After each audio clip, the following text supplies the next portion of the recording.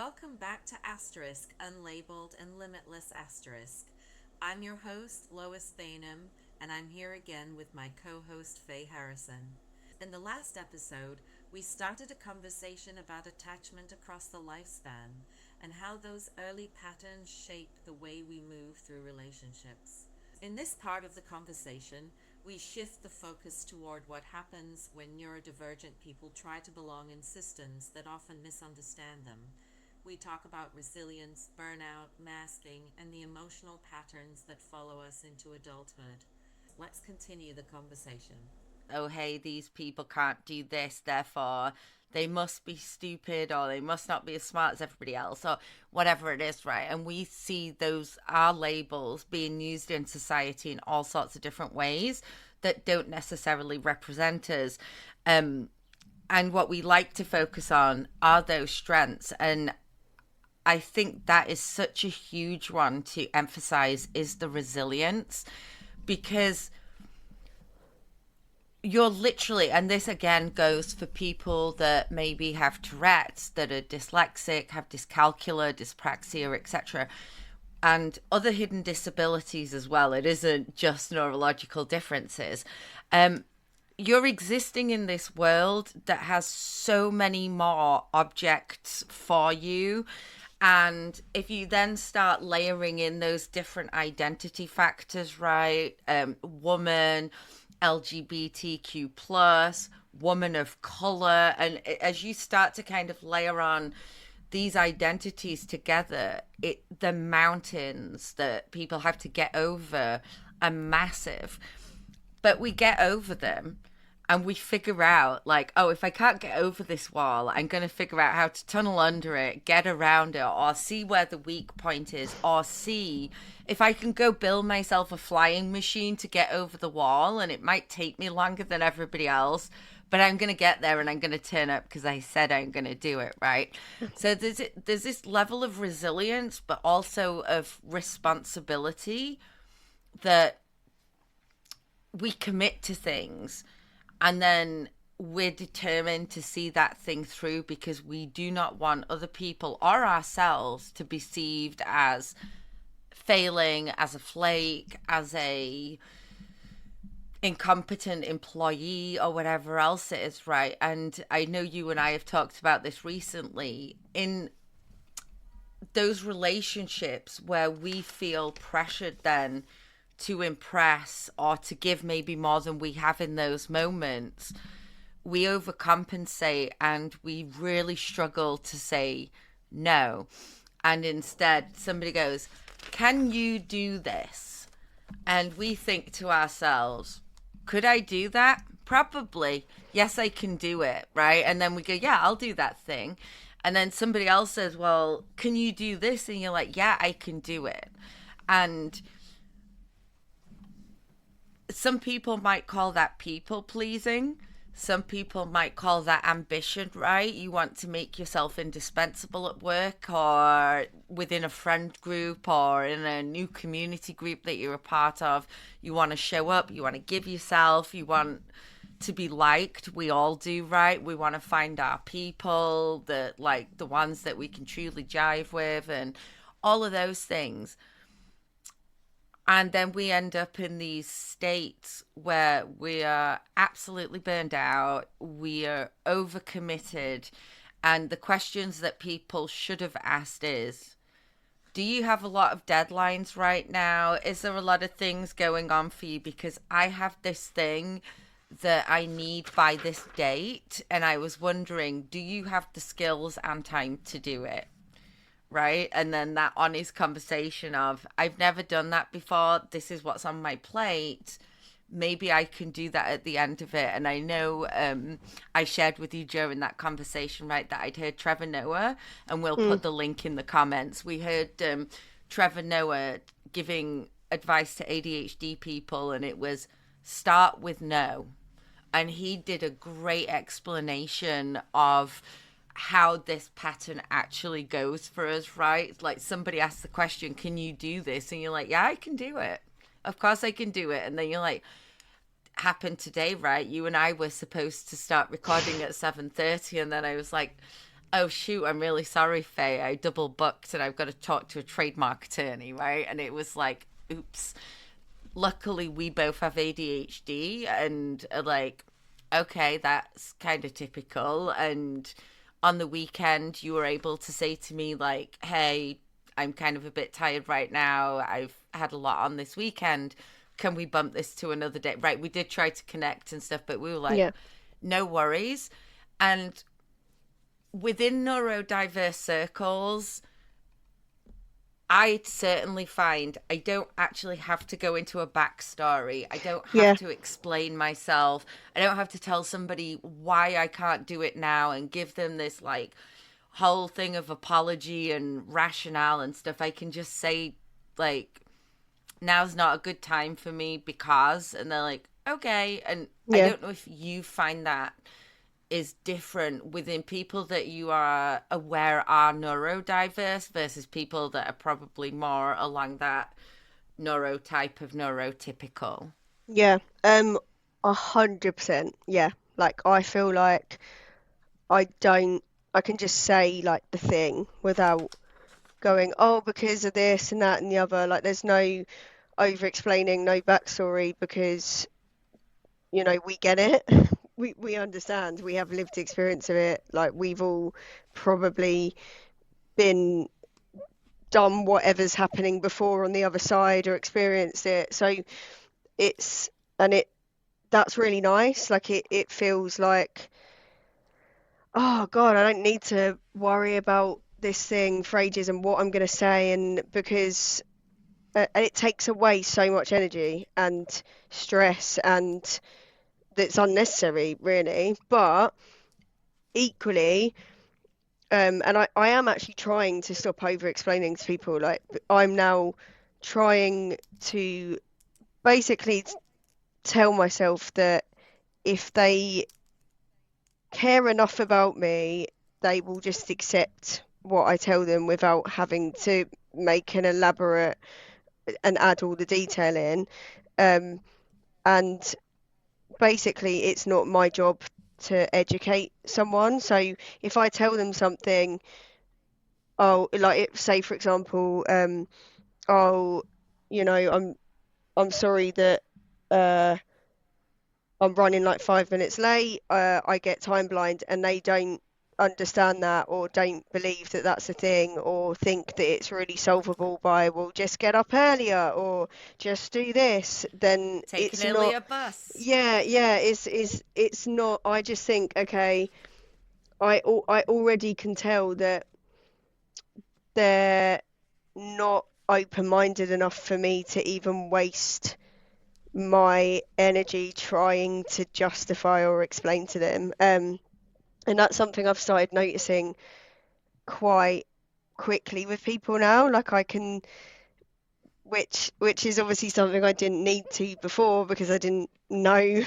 it was a thing. But now, where obviously naturally as you start unmasking, um, not only have I started masking more, but also not apologizing for unmasking. So if I am a certain way, like if like I can give an example. I was out with some friends on a couple of weekends ago, and we went for a really lovely meal, and then we went to a bar in London, and it was all right. Like it was okay. It wasn't too busy. The music was quite loud, but I can generally tolerate it if I know that that's going to happen. So like if I'm prepared to go somewhere that's going to be loud, it's easier than walking somewhere and then it being loud and then you're like, but then someone came over to talk to me and my friend and I couldn't really hear what he was saying and he was repeating himself and then that was going on here, then there was music here, then there was conversations over here,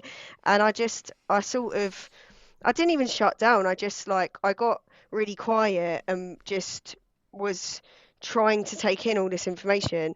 And one of the girls was sort of like looking at me, like not in a like she was just watching me and observing. Um and I can't even remember whether she prompted it or I said something first, but I basically said, yeah, this is I'm getting a bit overstimulated. And she was like, oh yeah, I can see. like, are you all right? Do you want to? And I was like, oh no, I'll be fine. I just need a few moments. But the fact I was even able to say that without going, oh, well, I can't say that because it looks like I'm trying to get attention, or it looks like I'm making a huge deal out of nothing. And it's like, no, I literally just said, look, like there's a bit too much going on right now. I'll be fine, but I need to compose myself and process, and then I'll basically be back in the room. I sort of go into myself a bit when I'm like, okay, because there's so much information, just Mm-hmm. a I sensory thing, totally not feel you on just, that. yeah, Yeah. I absolutely love really big warehouse clubs with a DJ that is playing like the hardest music you could ever yeah, imagine, because I just want to be absolutely swamped with the music and the beat and just dance and be there in that moment. If I walk into a regular kind of bar and everybody's standing around and talking and you've got to squeeze through and there's not really any seats and it's a bit whatever, I immediately start feeling exactly what you just explained, because there's so many conversations happening simultaneously and I can hear every single one yeah, of them, and I'm picking up words from somebody at the other end of the bar and I'm judging them because I'm thinking, well, you're a total asshole. And I'll hear somebody else on a date over here and be like, oh my gosh, I think that girl needs saving or that guy needs saving and things. And I cannot focus on the conversation that's in front of me. yeah, And it's same in restaurants where everybody's like busy and bustling and doing those things, and I get so overwhelmed with the menus and stuff, and it's just like I just become really quiet. And I tried using loops, I've yeah, tried all sorts of different things, and I'm very lucky that if it's somewhere that we know is going to be a little bit too much for me, or there's maybe somebody that's going to be there that's a little bit too overwhelming, because I have that issue as well. Like, I get on with most people, I like most people, I can chat the hind legs off a donkey, I don't have issues finding things in common. But sometimes, especially depending on how my mood is or how I'm feeling or what kind of a week I've got, I find some people to be just too overwhelming, and I might skip something and then join later, and mm, not because I don't like the person or because of whatever, but because I just know I'm going to be overwhelmed, and that person is going to be very loud and very flamboyant or very out there, and I can't handle that right now. I just want to be in a corner somewhere quiet with nobody looking at me and no attention, etc. Right? So mm-hmm, it is like having that comfort and safety within those relationships, right? And learning that they're the kind of attachments that are healthy for us. Being able to actually say to somebody, I'm way overstimulated right now, but I'll be okay in a few minutes. And when I first get into a club, I'm generally like, at first, very overstimulated. And then I'm like, right, the music's going. Everybody's got their rhythm now, and we're all moving in sync. And I'm mm-hmm, like, I'm good with this now, right? And um, that really is, I think, very meaningful. And just as we were saying, right, like we hear these 20,000 additional kind of complaints to us telling us that we're not good enough, or we're too lazy, or we're not paying attention, or we're not, all these criticisms that have followed us through life, right? We can equally build that kind of repetition of noticing those little mm, experiences that are more positive, right? Like, okay, these things have often been the cause of my discomfort or upset or kind of like rejection sensitivity dysphoria in the past. And now that I know why, I can kind of put myself in situations with these people that get me, Yeah. or with people that I really don't have to put the energy into explaining, because you're already putting your energy into being socially acceptable outside the house, right? Because there's this like this parameter of social acceptability. So we have to remind ourselves, oh, don't do stupid things. Like I when I walk with my dog, I call her stupid names and sing songs to her, and then realize like I'm speaking out loud right now, right? And it's like people are probably going to think I'm a little bit crazy. So we're constantly having to remind ourselves this isn't the venue for this particular thing. And oh, I'm at work and they say that they want me to speak up, but when I do, I usually end up in somebody's office because they didn't like the delivery, or they didn't like how I looked when I delivered that information, or they didn't like to hear that, whatever it is, right? So we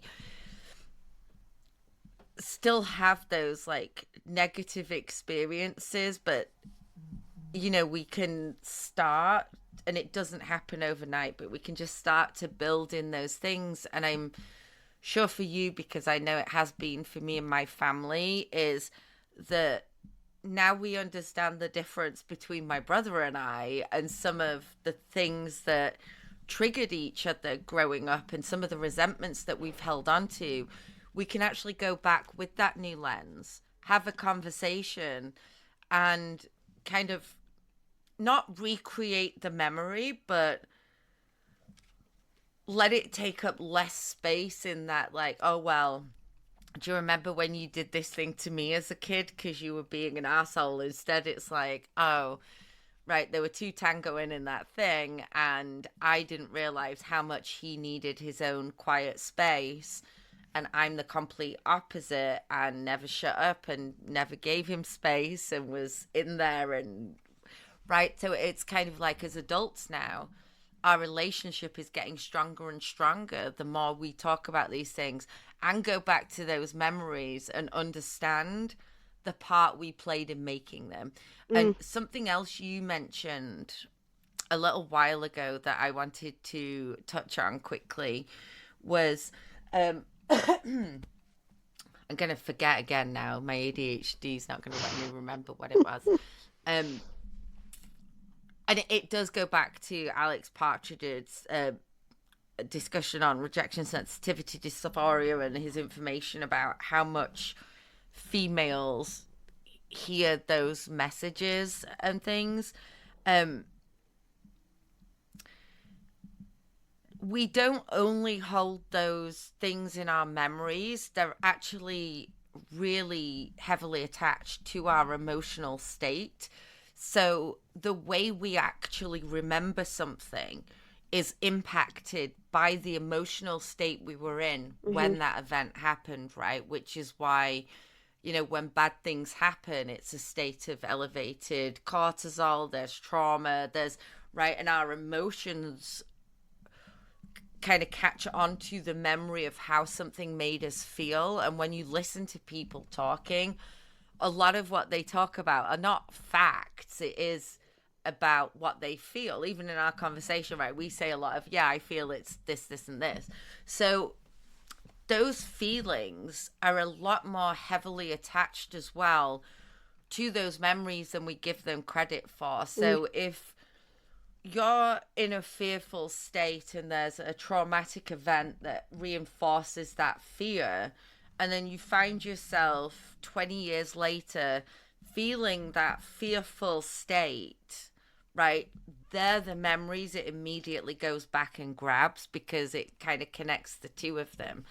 And maybe you don't realize they're the memories that are swirling around to begin with, right? You just know, oh, this is a feeling that I recognize. This is an emotion where I know there's some kind of memory going on here.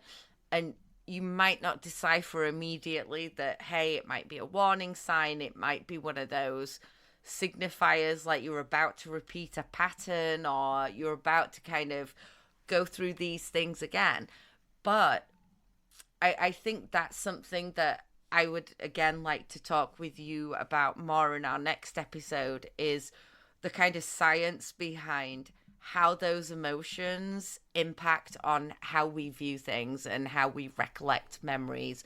And maybe in doing that, it will give people kind of some insight into where they might be able to begin, right? We're not giving advice, we're not giving medical information or treating people here, but I think sometimes that with that understanding of how those things happen, it gets us beyond that point of, well, these things happened to me as a child, which is why I'm like I am today, because we've told ourselves that, right? But Mm. like, if we understand how we can then kind of just get a little bit of a perspective shift, not to put rose tinted glasses on it, right? If bad things happen, it should be acknowledged and those emotions named, and they're justified and they're authentic and other things.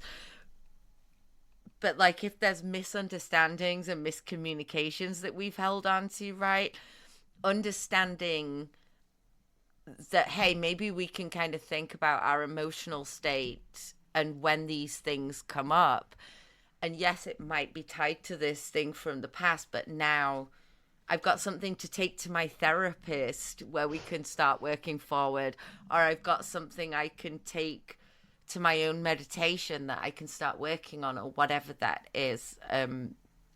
So just, I'd love to hear your thoughts on that, kind of like how emotions create memories. Yeah, like I think I agree. Like I think well, there's loads in that, but I remember uh, hearing or reading once about how quite often those who get flashbacks to like difficult situations and yeah, the emotions that follow, it's rarely ever I know who it is, Dr. Gabor Mate. As I say it, he comes to mind. He said it's like rarely ever the actual experience that causes all like the long-term impact. It's the emotions that came along with it. So, say for example, and I'm going to bring this up again because I feel like it's something that I struggle with a lot. Shame. If something happens and you experience shame because of it, whether that's um, shame, you feel the shame towards yourself, or you feel the shame that towards whatever the things happened or the person, if there was someone else involved, that is what then sticks with you and kind of like imprints and then comes back up when similar things happen, or yeah, you're reminded of it, or and that's really interesting because actually when you look at, and again, to advocate, like, I'm not giving advice, I'm going based on what I've read and things that I'm interested in.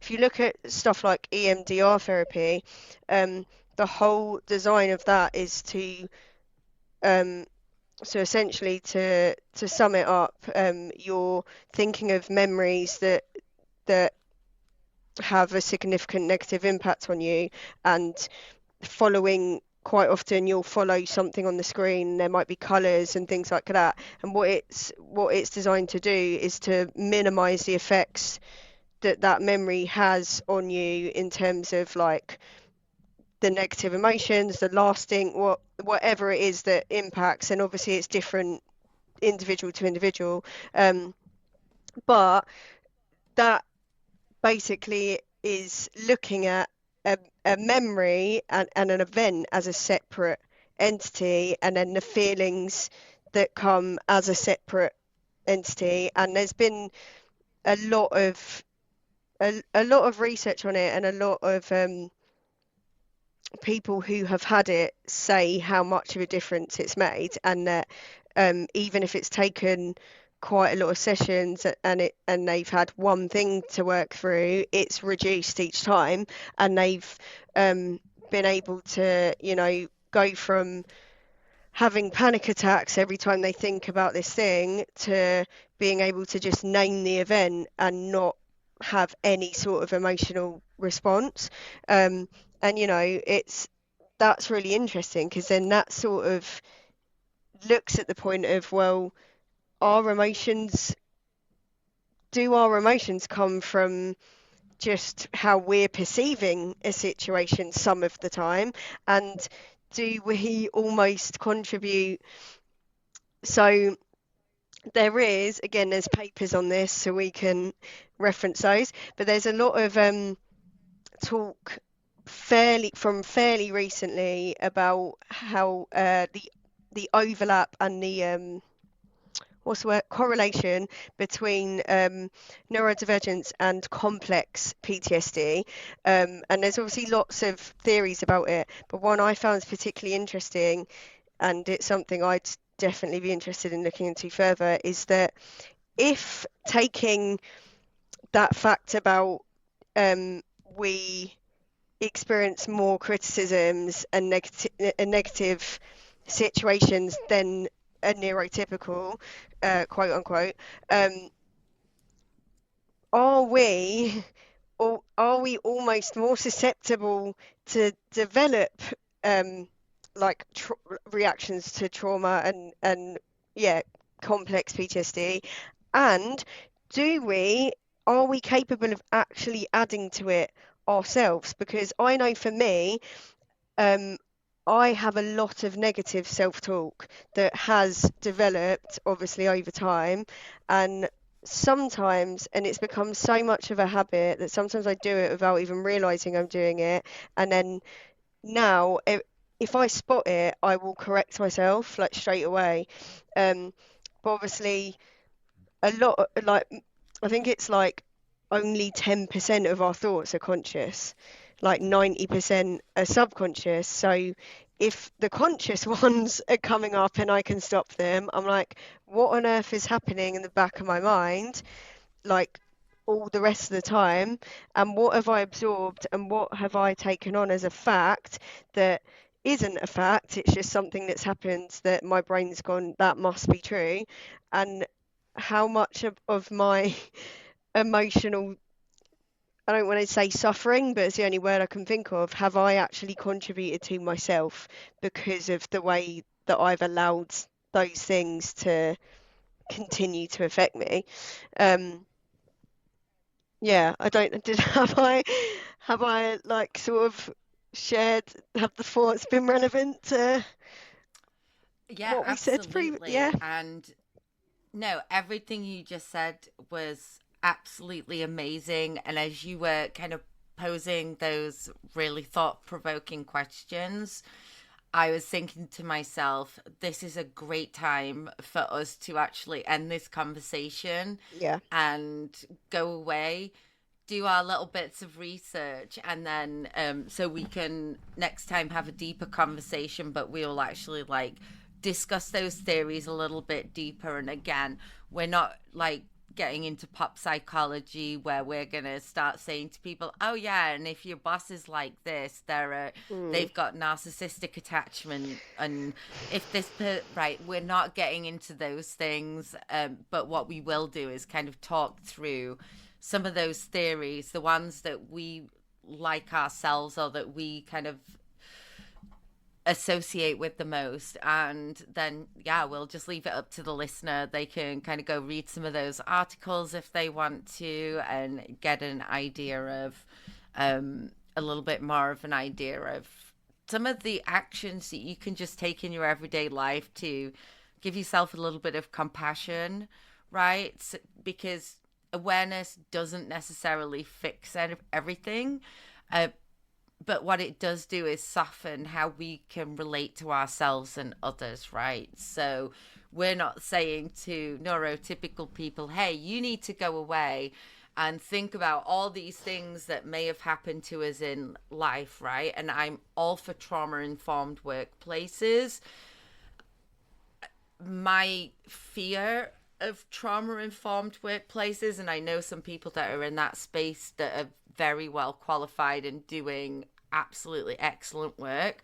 But as those things become buzzwords, it then becomes something that gets mishandled, right? Because it gets thrown to like, oh, the learning and development team or the HR team, or it's this network's project. But those people might be engineers or they might be professionals in whatever they're professional in, right? But they're not psychologists, they're not people that are necessarily fully aware of how to kind of deliver that balanced message Mm. while understanding your own biases and your own blind spots, right? Which I think is like a difficult thing to get in there. So yeah, I'm really excited for our next conversation and how we take this, kind of like how we relate and attach ourselves to different people throughout our lives, and some of those theories and the names behind them. Yeah, me too. Cool. Well, thank you so much for joining us at Unlabeled and Limitless, and we hope to see you on the next episode. In the next episode, we're going to continue exploring attachment and belonging by diving deeper into the science behind emotional memory trauma responses and some of the psychological theories that help explain why these patterns stay with us. If today's conversation resonated with you, please consider sharing the episode with someone who might find it helpful.